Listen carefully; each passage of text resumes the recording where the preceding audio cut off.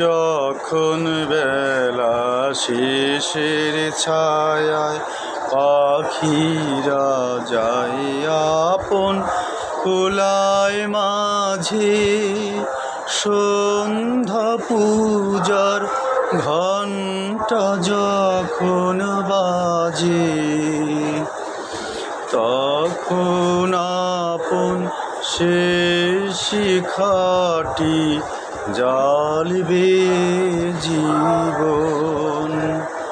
আমার ব্যথার পূজা হবে সমাপন, আমার সকল দুঃখের প্রদীপ জেলে দিবস গেলে করব নিবেদন।